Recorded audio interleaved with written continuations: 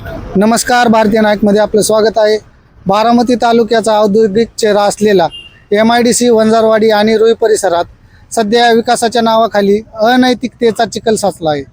शिवन्या, अमृता आणि निसर्ग यांसारख्या हॉटेल व लॉजिंगवर बारामती ग्रामीण पोलीस स्टेशनने आत्तापर्यंत अनेकदा धाडी टाकल्या आहेत। मात्र या धाडी म्हणजे खरोखर गुन्हेगारी मोडीत काढण्यासाठी आहेत की केवळ कागदोपत्री पुरस्कार पूर्ण करण्यासाठी, असा संतप्त सवाल आता नागरिक विचारू लागले आहेत।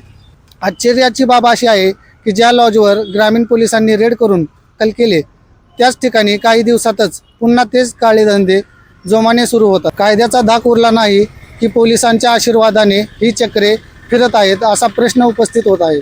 एकाच ठिकाणी वारंवार गुन्हे घडत असतानाही संबंधित हॉटेलचे परवाने रद्द करण्यासाठी किंवा ते लॉज कायमस्वरूपी सीलबंद करण्यासाठी पोलीस प्रशासनाने जिल्हाधिकाऱ्यांकडे ठोस प्रस्ताव का पाठवला नाही। अनेकदा पोलिसांची गाडी येण्यापूर्वीच लॉजवर सावधगिरीचे इशारे पोचतात। हे कोणाचे साटेलोट आहे?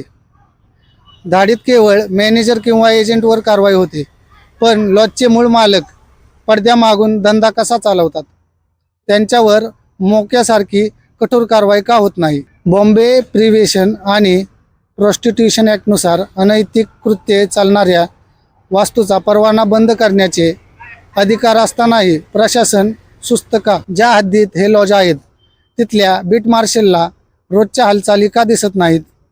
हे त्यांचे अपयश आहे की मौन राहण्यासाठी काही तडजोड झाली आहे? केवळ आकडेवारी वाढवण्यासाठी रेड होत आहे का? वरिष्ठांना दाखवण्यासाठी वर्षातून 2-4 वेळा रेड करायची आणि नंतर दुर्लक्ष करायचे, असा हा प्रकार आहे का? या हॉटेलमध्ये परराज्यातून तरुणींना आणले जाते। या मानवी तस्करीच्या मुळापर्यंत पोहोचण्यासाठी ग्रामीण पोलीस अपयशी का ठरत आहे? स्थानिक ग्रामस्थांनी लेखी तक्रारी देऊनही पोलिसांकडून ठोस ॲक्शन प्लॅन का राबवला जात नाही? MIDC परिसरात मोठ्या प्रमाणात कामगार वर्ग आणि शिक्षणासाठी आलेले विद्यार्थी राहतात। वंजारवाडी आणि रुई भागातील हॉटेल उद्योगामुळे या परिसराची प्रतिमा डागाळली आहे। रात्रीच्या वेळी या परिसरातून प्रवास करणे महिलांसाठी असुरक्षित ठरते आहे। बारामती ग्रामीण पोलिसांच्या कार्यपद्धतीवर प्रश्न निर्माण झाल्यामुळे आता पुणे ग्रामीण पोलीस अधीक्षक आणि गृह विभागाने याकडे थेट हस्तक्षेप करण्याची गरज आहे।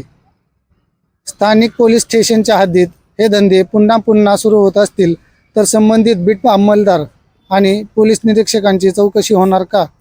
याकडे सर्वांचे लक्ष लागले। जर कायद्याची अंमलबजावणी केवळ कागदावरच राहणार असेल तर बारामतीचा हा परिसर भविष्यात गुन्हेगारीचे केंद्र बनल्याशिवाय राहणार नाही। प्रशासनाने आता वसुलीच्या चर्चा थांबवून वसुलीऐवजी कारवाईवर भर देण्याची वेळ आली आहे। व्हिडिओ जर्नलिस्ट सुशील कांबळेसह मी आशिष भोसले, धन्यवाद।